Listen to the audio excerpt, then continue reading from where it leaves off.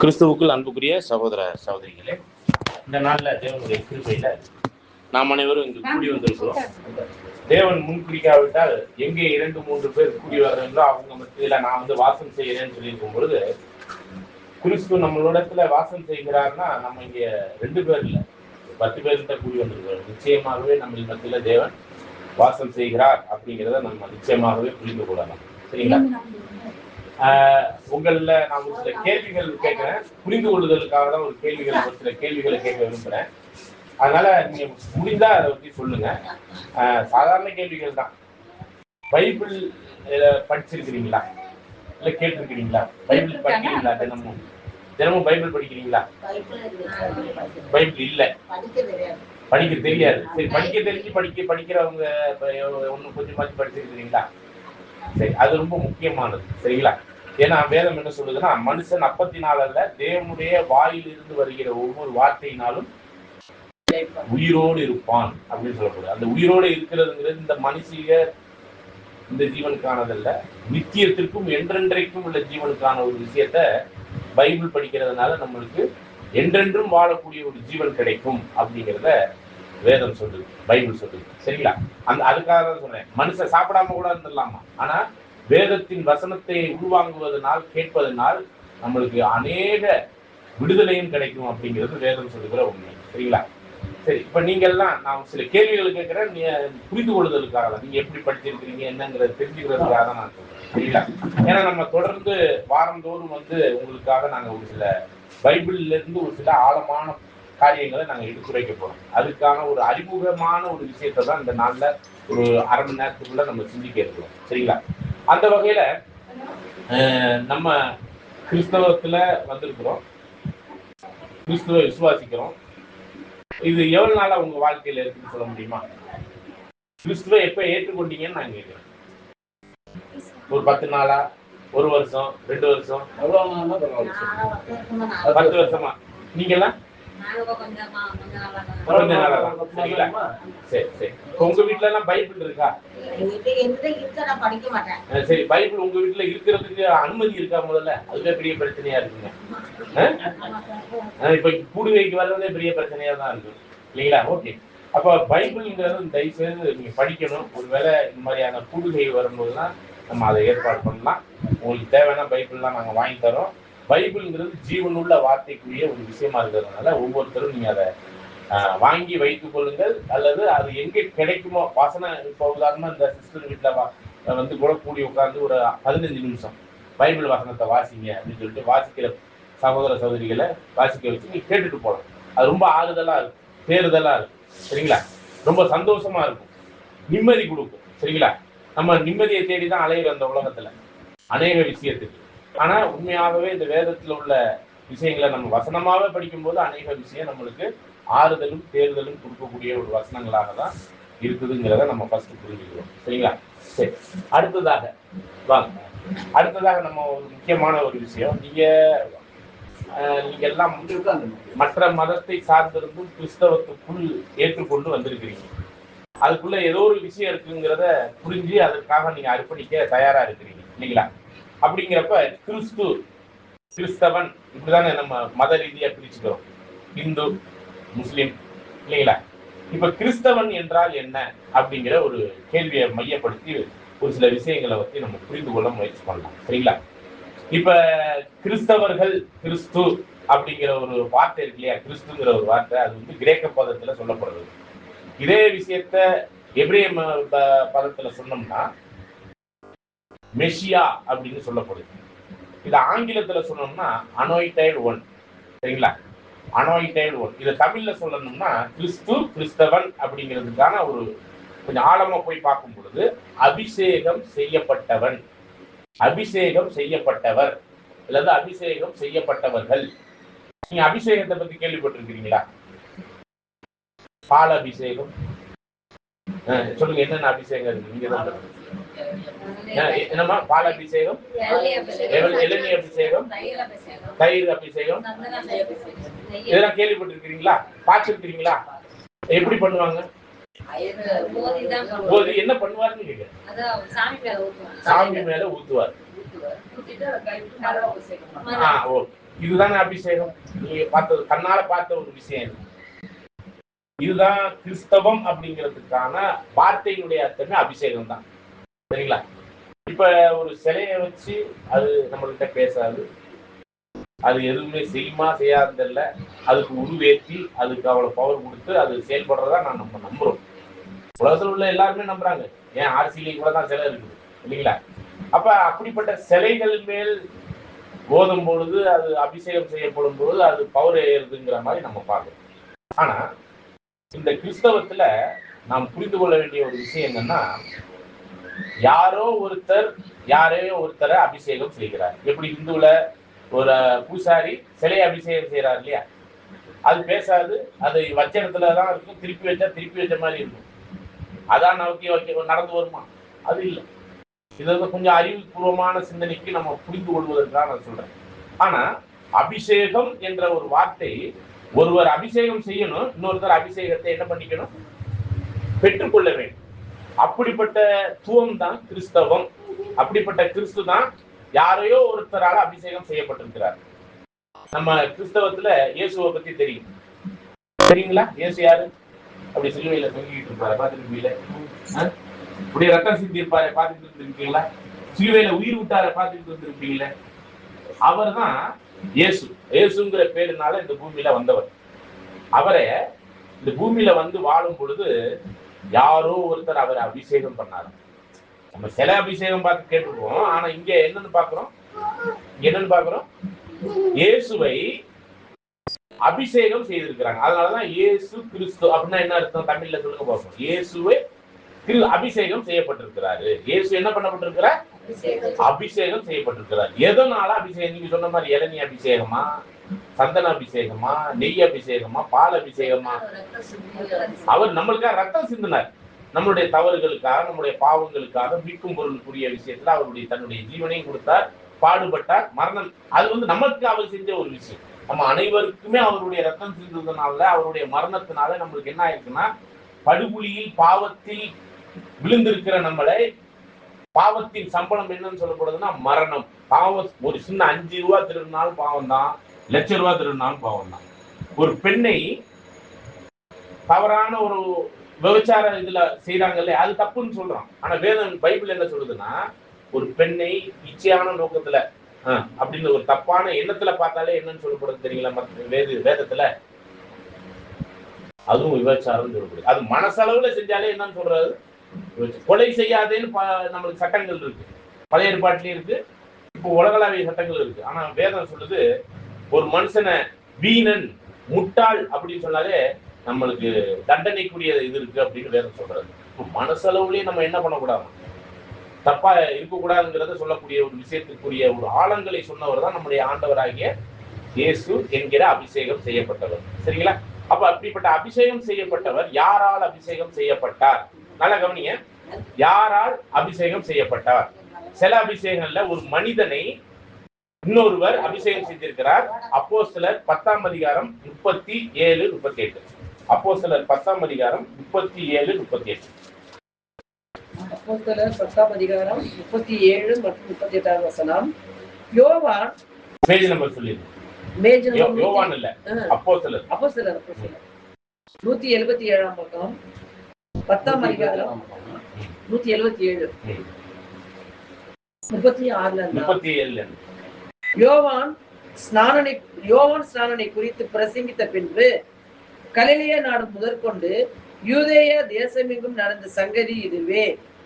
நசரேயனாகிய இயேசுவை தேவன் பரிசுத்த ஆவியினாலும் வல்லமையினாலும் அபிஷேகம் பண்ணினார். பாருங்க, தேவன் இறைவன் சர்வசரா எல்லா அண்டத்தையும், வானம், பூமி, நட்சத்திரம், சூரியன், சந்திரன், மனுஷன் எல்லாரையும் படைச்ச ஒரு கடவுள் இருக்காருல்ல, அவர் தான் தேவன் என்று வேதம் சொல்லுது. அப்படிப்பட்ட தேவன் நம்முடைய ஆண்டவராகிய நசரேயனாகிய இயேசுவை என்ன பண்ணியிருக்கிறாரு? திரும்ப படிங்க அந்த கடைசி வரிய. எதனால அபிஷேகம் செய்தார்? நசரேயனாகிய இயேசுவை தேவன் பரிசுத்த ஆவியினாலும் வல்லமையினாலும் அபிஷேகம் பண்ணினார். பரிசுத்த ஆவி, அவருடைய ஆவியினாலும் அவருடைய பராக்கிரமான வல்லமை செயல்பாடுகளினாலும் முழு அபிஷேகம் செய்தார். அதாவது தேவன்கிறது எல்லாவற்றுக்கும் மேற்பட்டது. ஆதி பராசக்தின்னு சொல்றாங்க இல்லையா, அந்த பராசக்திக்குரிய வல்லமைக்குரிய தேவன் யாருன்னா அவர் தான். பராசக்தினா என்னதுங்க? வல்லமை, பரமனின் சக்தி, பவர் ஆஃப் காட், அதான் வல்லமைன்னு சொல்லப்படுது. சரிங்களா? பராசக்திக்கே தனி கடவுள் வச்சிருக்கிறாங்க, அதை சொல்லல. அந்த பராசக்தியை கொடுக்கக்கூடிய ஒரு கடவுளை பத்தி நான் பேசிக்கிட்டு இருக்கேன். நீங்க எல்லாம் இந்துக்களா இருக்கிறதுனால இதை புரிந்து கொள்ளுங்கிறதுக்காக. சரிங்களா? ஆதி பராசக்தின்னு சொல்லப்படுது. ஆதியிலே தேவன் வானத்தையும் பூமியும் படைத்தாருங்கிற அந்த ஆதியில உள்ள ஒரு விஷயத்துல பரா அப்படின்னா பரனுடைய சக்தி அப்படின்னா பவர். அததான் பிதாவாகிய தேவன் என்ன பண்ணியிருக்கார்? தன்னுடைய குமாரனை என்ன பண்ணியிருக்காருங்க? அபிஷேகம்னா நீ இதெல்லாம் பெற்று போட்டு சிறப்பா செயல்படுப்பா, இந்த பூமியில மனுஷனா வந்திருக்கிற, என் மகனா இருக்கிற அப்படின்னு சொல்லிட்டு மகனை தான் இந்த பூமியில அனுப்புனார், அந்த சர்வ வல்லமை உள்ள பராசக்தியாகிய அந்த தேவன். சரிங்களா? அப்படிப்பட்ட தேவன் அனுப்பி ஆண்டவரை என்ன பண்ணியிருக்கிறாரு? அபிஷேகம் செய்ததுனாலதான் இயேசுவை கிறிஸ்து என்று சொல்றாங்க. கிறிஸ்துனா என்ன அர்த்தம்? கிறிஸ்துனா என்ன அர்த்தம்? அபிஷேகம். கொஞ்சம் வாய் திறந்து சொல்லுங்க. நம்ம ஒரு சில விஷயம் நம்ம என்ன ஆயிருக்குன்னா ஆனா ஆவனா அப்படின்னு சொல்லதான் கத்துக்குவோம். அம்மா அப்பான்னு வாய் திறந்துருங்க. சரிங்க, திறந்து சொல்லுங்க. அப்பதான் மனசளவுல, இருதய அளவுல, வாய் அளவுல வரலாம். ஏன்னா நீங்க பைபிள படிக்காதவங்களா இருக்கிறதுனால உங்களுக்கு தகுந்த மாதிரி நான் பேசிக்கிட்டு இருக்கிறேன். பைபிள் படிச்சிருந்தா நான் வேற மாதிரி அதுக்குள்ள கொண்டு போவேன். சரிங்களா? ஓகே. அப்ப இந்த கிறிஸ்து அபிஷேகம் அப்படிங்கிறது பிதாவாகிய தேவனால் அவருடைய ஆவியினாலும் அவருடைய வல்லமையினாலும் என்ன பண்ணியிருக்கிறாரு?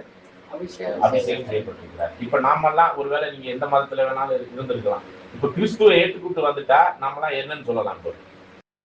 கிறிஸ்தவர்கள் தானே. கிறிஸ்துவ ஏற்றுக்கிட்டீங்களா இல்லையா? அப்படின்னா நீங்க யாரு? அது சர்டிபிகேட்ல இருக்க, அதை விட்டுருங்க. நீங்க யாரு? கிறிஸ்துவ ஏற்றுக்கிட்டு வந்துட்டா நீங்க எல்லாம் யாரு? கிறிஸ்தவர்கள் தானே. அப்ப கிறிஸ்தவர்கள்னா இப்ப நீங்க சொல்லுங்க, நான் தமிழ் அர்த்தம் என்ன சொன்னேன்? கிறிஸ்துவ நாங்கெல்லாம் எதனால் அபிஷேகம் செய்யப்பட்டவர்கள்? பாருங்க, பரிசுத்த ஆவியினாலும் தேவ வல்லமையினாலும் அபிஷேகம் செய்யப்பட்டவங்களாம். சரிங்களா? ஆகவே இப்படிப்பட்ட ஒரு விஷயத்துல இப்ப ஒரு இந்தியாவில் இருக்கிறோம்னா நம்மள எல்லாம் என்னன்னு சொல்லுவோம்? இந்தியர்கள். அமெரிக்காவில இருந்தா, தமிழ்நாட்டுல இருந்தா, அப்ப கிறிஸ்துவுக்குள் இருந்தா, அப்ப அபிஷேகம் செய்யப்பட்டிருந்தா, தேவனால் அபிஷேகம் செய்யப்பட்டிருந்தா நம்மளாம் யாருன்னு பாக்குறோம்? அபிஷேகம் செய்யப்பட்ட கிறிஸ்தவர்கள், அபிஷேகம் செய்யப்பட்டவர்கள் அப்படின்னு பாக்குறோம். பாருங்க, நமக்கு தெரிஞ்ச வரையும் பால் அபிஷேகம், நெய் அபிஷேகம், இந்த மாதிரி அபிஷேகங்கள்ல ஒரு கல்லுக்கு உயிர் கொடுக்குற மாதிரி நம்ம பார்த்திருப்போம் பூசாரி. ஆனா இதுல சர்வ அண்டத்தையும் படைத்த ஒரு கடவுள் என்ன பண்ணியிருக்கிறாருங்க? ஆண்டவராகிய இயேசுவை அபிஷேகம் செய்திருக்கிறார். அப்படி நம்மளும் ஒப்பு கொடுத்தோம்னா அதே ஆவியினாலும் அதே வல்லமையினாலும் நம்மளை தேவன் என்ன பண்ண இருக்கிறார்? நீங்க கிறிஸ்தவத்துக்குள்ள வந்தீங்கன்னா உங்களை அபிஷேகம் செய்ய வல்லவரா இருக்கிறார். சரி, நம்முடைய ஆண்டவரை, அதாவது இயேசுவை அபிஷேகம் செய்த பிதாவாகிய தேவன் எதற்காக அபிஷேகம் செய்தார் அப்படின்னு பார்க்கும்போது ஒரு வசனம், யோவான் 1ஆம் அதிகாரம் 41. 125ஆம் பக்கம். யோவான் 1ஆம் அதிகாரம் 41வது வசனம். அவன் முதலாவது தன் சகோதரனாகிய சீமோனை கண்டு மேசியாவை கண்டோம் என்று சொன்னார். மேசியானா அபிஷேகம் செய்யப்பட்ட கிறிஸ்து அப்படிங்கிறதுக்கான அர்த்தம் தான் மேசியா. சரிங்களா? அப்படி மேசியா என்பதற்கு கிறிஸ்து என்று அர்த்தமா? பாருங்க, மேசியானா என்ன அர்த்தமா? கிறிஸ்து. அந்த கிறிஸ்து தான் என்ன அர்த்தம் நம்ம தமிழ்ல பாக்குறோம்? அபிஷேகம் செய்யப்பட்டவர். அது 29வது வசனத்தை படிங்க. மறுநாளிலே யோவான் இயேசுவை தன்னிடத்தில் வர கண்டு, இதோ உலகத்தின் பாவத்தை சுமந்து தீர்க்கிற தேவ ஆட்டுக்குட்டி. பாருங்க, தேவனுடைய ஆட்டுக்குட்டியா? நீங்க என்னது குல தெய்வங்களுக்கு எல்லாம் என்ன பண்ணுவீங்க? ஆடு வெட்டுவீங்க, மாடு வெட்டுவீங்க. ஆடு மட்டும்தானா? கோழி. ஓகே, மெயினா ஆடை வச்சுக்கோ. அப்ப ஆடை வெட்டுவீங்க. எதுக்கு வெட்டுறீங்கன்னு தெரியுமா உங்களுக்கு? அவர் எதுவும் ரத்தம் கேட்டாரா? ஆனா நீங்க கொடுக்குறீங்க, நீங்க பலி கொடுக்குறீங்க. இங்க உலகத்தின் பாவங்களை சுமந்து தீர்க்கிற தேவ ஆட்டுக்குட்டியா நம்முடைய ஆண்டவர். அப்படின்னா என்ன அர்த்தம்னா, அவர் பலி கொடுக்கறதுக்காகவே இந்த பூமியில ஆடு மாதிரி வந்தாராம். அவர் மனுஷனா வந்திருந்தும் நம்ம ஆடை வெட்டுறோம்ல, பார்த்துப்பீங்க எப்படி துடிக்கும், ரத்தம் சிந்தும். அது மாதிரி துடிச்சு செத்தாரு. எதுல? நம்முடைய ஆண்டவர் சிலுவையில் செத்தார். ரத்தம் முழுவதும் சிந்தப்பட்டது, ஜீவனை விட்டார். நீங்க செலுத்துற அதெல்லாம் உங்களுடைய நேர்த்தி கடன். அதாவது நீங்க நேர்ந்திருப்பீங்க, அதற்கு கடன் பட்டுட்டீங்க அந்த கடவுளுக்கு, அதற்காக நீங்க திருப்பி செலுத்தின ஒரு விஷயம். இங்க தேவனே என்ன பண்ணிட்டாருன்னா, நம்மளுடைய செய்த பாவம், செய்ய போற பாவம், செய்து கொண்டிருக்கிற பாவம் இருக்கு இல்லையா? யாராச்சும் பாவி இல்லைன்னு சொல்லுங்க இந்த இடத்துல. நான் என்னைய கேட்டீங்கன்னா, நான் பாவியிலே பெரிய பாவி நான் தான். என்ன கேட்டீங்கன்னா, நான் வந்து பாவியிலே எப்படிப்பட்ட பாவி? பெரிய பாவி. சொல்ல முடியாது. தவறு செய்யாத மனிதன் யாருமே இல்லை இந்த பூமியில. எல்லாமே பாவத்துக்குள் மரித்து கொண்டு இருக்கிறோம். பாவத்தின் சம்பளம் மரணம் அப்படின்னு பார்க்கணும். நீங்க ஆதாம் செஞ்ச பாவத்தை பத்தி தெரியும். ஒரு பழத்தை சாப்பிட வேணாம்னு சொன்னாரு, சாப்பிட்டாரு. ஒருவேளை இன்னைக்கு வரை சாப்பிடலன்னு வச்சுங்க, அந்த ஆதாம் என்ன ஆயிருப்பாரு? செத்துருப்பாரா? செத்துருக்கவே மாட்டார். ஒரே ஒரு கட்டளை தான், அதை மீறினதுனால அவருக்கு மட்டும் மரணம் இல்லை, நம்ம முழு மனு குலத்துக்குமே அவரால் தான் எல்லாருக்குமே மரணம், சாவு வந்திருக்கிறது. எதனாலதான் சாவு எப்படி வந்துச்சு அப்படின்னா, ரோமர் 6ஆம் அதிகாரம் 23வது வசனத்துல படிக்கிறோம். பாவத்தின் சம்பளம், பாவம் செஞ்சீங்கன்னா உங்களுக்கு சம்பளமா ஒண்ணு கொடுப்பாங்களாம். என்ன சம்பளம்? மரணத்தை. இந்த வாங்கிக்கங்க, மரணத்தை வாங்கிக்கங்கன்னு கொடுத்துருவாங்களாம். தேவன் தான் கொடுப்பாரு.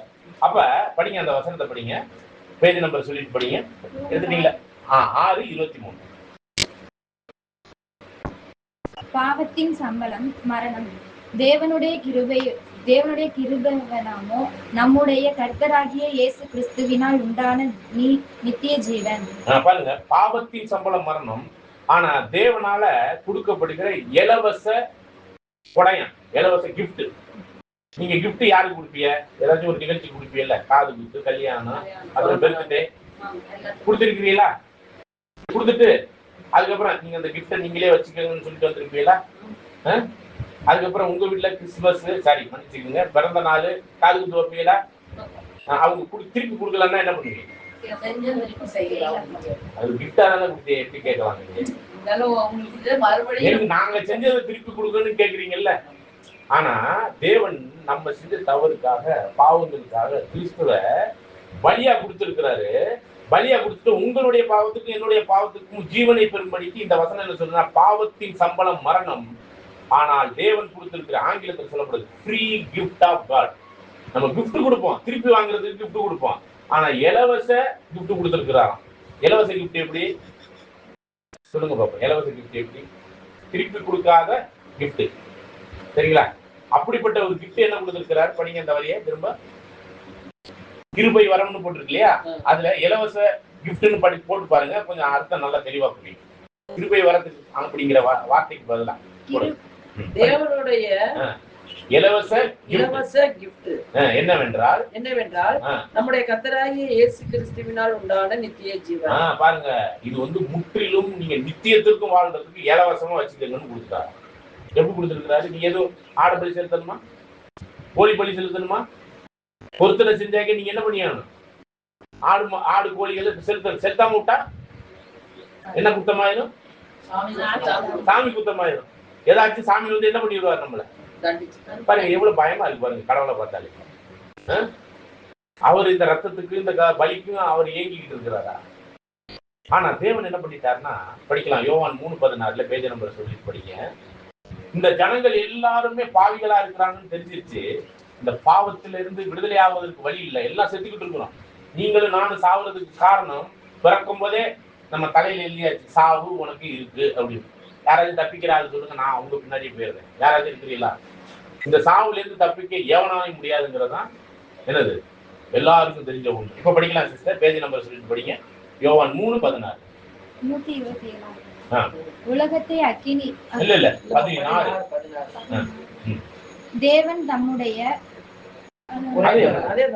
தேவன் தம்முடைய ஒரே பேரான குமாரனை விசுவாசிக்கின்றவன் எவனோ அவன் கெட்டு போகாமல் நித்திய ஜீவனை அடையும்படிக்கு அவரை தந்தருளி இவ்வளவாய் உலகத்தின் அன்பு கூர்ந்தான். இந்த உலகம் அப்படிங்கிற இந்த வசனத்தை நான் கொஞ்சம் எலாபரேட்டா நான் உங்களுக்கு சொல்லிட்டு இந்த பாடத்தை முடிச்சுக்கிறேன்.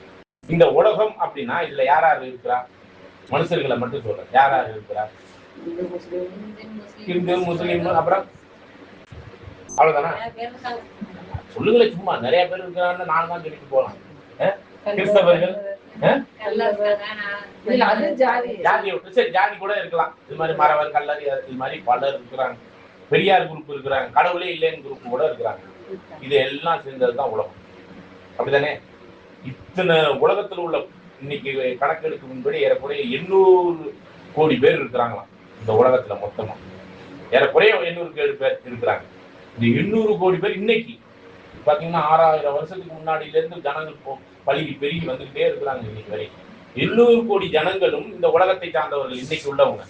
இந்த உலகத்தில் உள்ள அத்தனை பேருக்காகவும் தேவன் அப்படிங்கிறது நீங்க நினைத்து கொண்டிருக்கிற பராசக்தி, ஆதி பராசக்தியை கொடுக்கக்கூடிய தேவன். அவரை பத்தி பேசிக்கிட்டு இருக்கிறேன். ஆதி பராசக்தினா என்ன அர்த்தங்க? பரா அப்படின்னா பரமன், தேவன், இறைவனுடைய ஆதியில் இருந்த வல்லமை அப்படின்னு தான் அர்த்தம். சக்தினா என்னதுங்க? வல்லமை. ஆதி பராசக்தியை கொடுக்கக்கூடிய அவருடைய வல்லமையை, அவருடைய ஆவியை கொடுக்கக்கூடிய ஒரு தேவன் இருக்கிறார். நான் ஆதி பராசக்தியை பத்தி பேசல. அந்த ஆதி பராசக்தியை கொடுக்கக்கூடிய ஒரு தேவன் ஒருத்தர் இருக்கிறார். அவர் தான் சர்வ அண்டத்துக்கும் வானத்துக்கும் பூமிக்கும் தேவனா இருக்கிறார். அந்த அவர் இந்த உலகத்தின் மேல அன்பு காமிச்சிருக்கிறார். எப்படி காமிச்சிருக்காரு தெரியுங்களா? தன்னுடைய மகன், ஒரே பேரான மகனா, அவருக்கு இருந்த ஒரே பேரான மகனே பலியாக ஒப்பு கொடுத்தாராம். பலியாக எங்க தொங்கிட்டு இருக்காரு? சிலுவையில் தொங்கிட்டு இருக்காருல்ல. அதனுடைய அடையாளமே என்னன்னா, யார் பலி செலுத்தினது தெரியுங்களா? அத நம்ம மனுஷர்களா பலி செலுத்தணும், ஆடும் கோழிகளை. அது இல்ல, தேவனே தன்னுடைய மகனை என்ன பண்ணாரா, நொறுக்க சித்தமாகி அவரை அடித்து ஜனங்கள் மத்தியில கொண்டு போய் கொடுத்து அவரை அடிச்சு கொண்டு வாழ்ந்துட்டாங்க.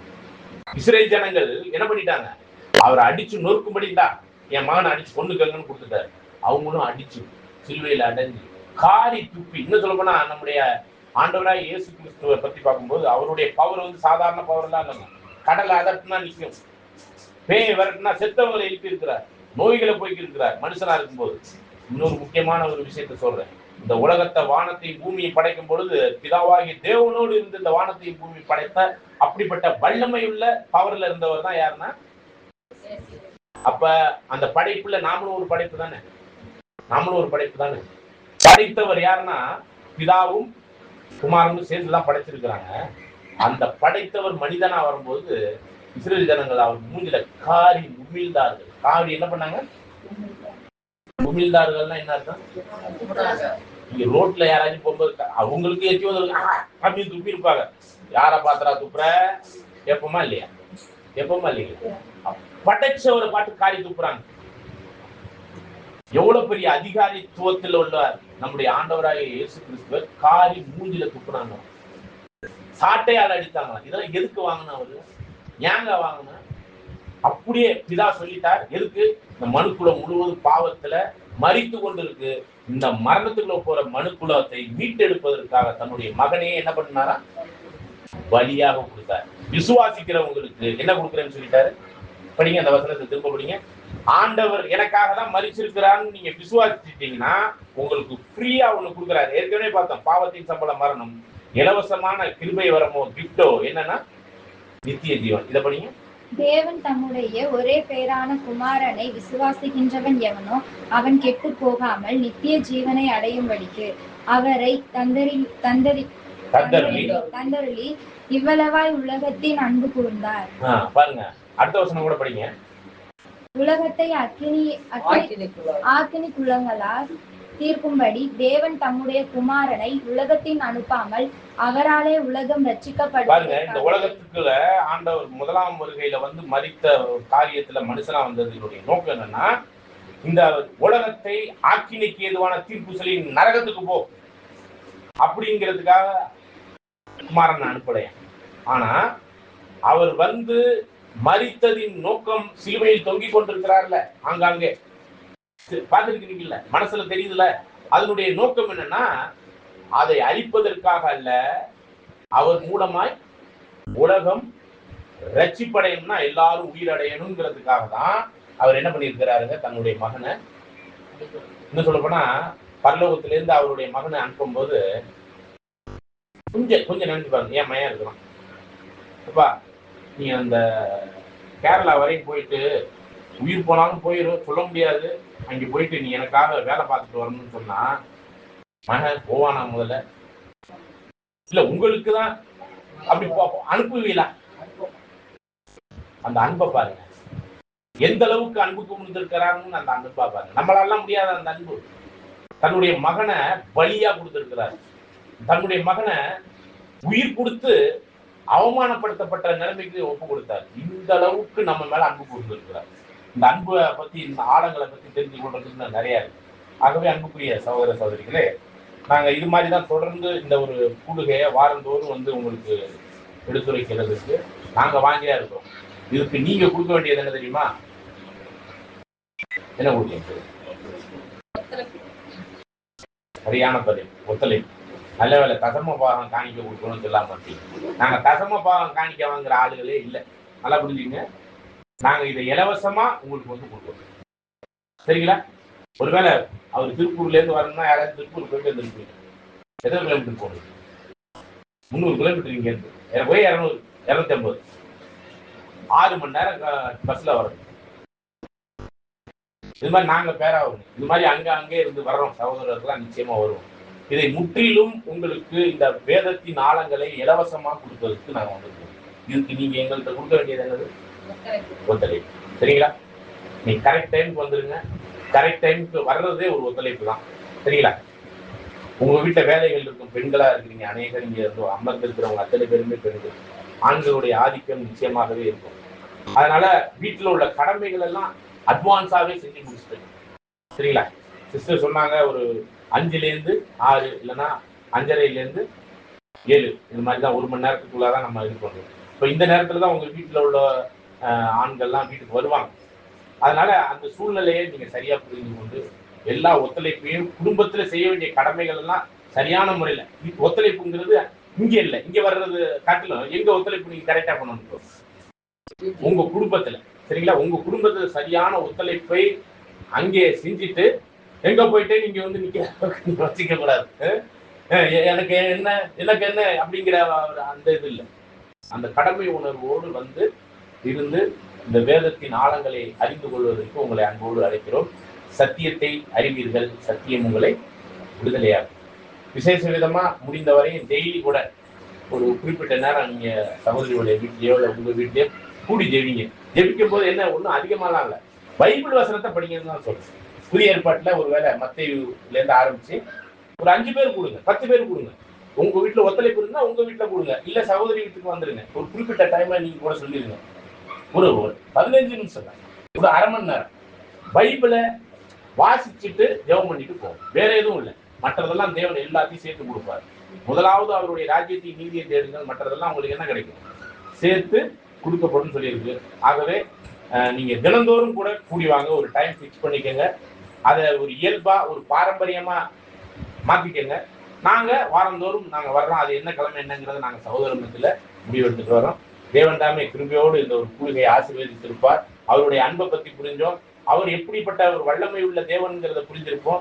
சர்வ வல்லமை உள்ள தேவன் தன்னுடைய குமாரனை இவ்வாறாக பலி செலுத்துவதற்கு அனுப்பும் போது தன்னுடைய வல்லமையான பராக்கிரமான அவருடைய சக்தியாகிய வல்லமையை பொழிந்து அவர் என்ன பண்ணியிருக்கிறார்? பரத்திலிருந்து தன்னுடைய குமாரனை அபிஷேகம் செய்து, எதற்காக அபிஷேகம் செய்தார்? எதற்காக? தேவனுடைய ஆட்டுக்குட்டியா பலியிடப்படுவது. நல்லா புரிஞ்சுக்கலாம். தேவனுடைய ஆட்டுக்குட்டியாக பலியிடப்படுவது. பலியிடப்பட்டாச்சா? பட்டாச்சா? படல. அவர் 2000 வருஷத்துக்கு முன்னாடியே நம்மளுக்காக செஞ்சுட்டார். என் மேல எந்த பலியும் தேவையில்லை. உங்களுக்கு நீங்க பொருத்தனை பண்ணி இருக்கிறீங்களா? சொல்லுங்களா? என்ன நேர்த்தி கடன் அதெல்லாம் இல்லவே இல்லைங்க. ஆல்ரெடி அந்த பலியெல்லாம் தேவன் ஏற்றுக்கொண்டார்.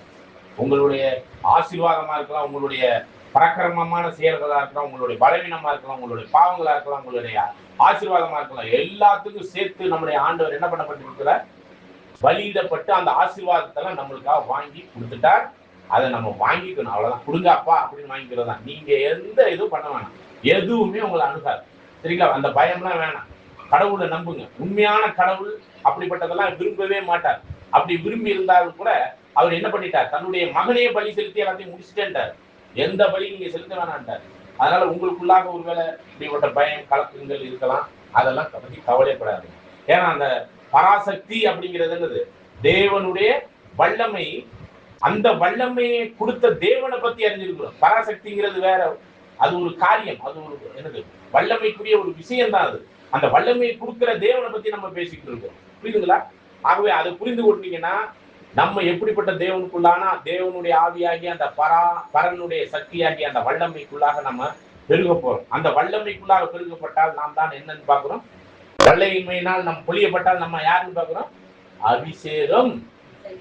கல் இல்ல, சிலை இல்ல, ஜீவனுள்ள மனுஷன தேவனை, ஜீவனுள்ள தேவன் ஜீவனுள்ள மனுஷனை அபிஷேகம் செய்யறதுக்கு அவருடைய வல்லமையாகிய பரனுடைய சக்தியினால இதை செய்வதற்கு தேவன் தயாரா இருக்கிறார். நீங்க தயாரா இருக்கீங்கன்னா இது முற்றிலும் எல்லாமே என்னது? திருப்பி வாங்குற கிஃப்ட் இல்ல, திருப்பி வாங்காத ஒரு முற்றிலும் இலவசமான ஒரு கிஃப்டை தேவன் கொடுக்கிறார் என்பதை உணர்ந்து இந்த கூடுகையை நம்ம நிறைவு செய்வோம். சகோதரர் பாபு பிரதர் அவர்கள் ஜெபத்தோடு இந்த கூடுகையை நம்ம நிறைவு செய்வோம்.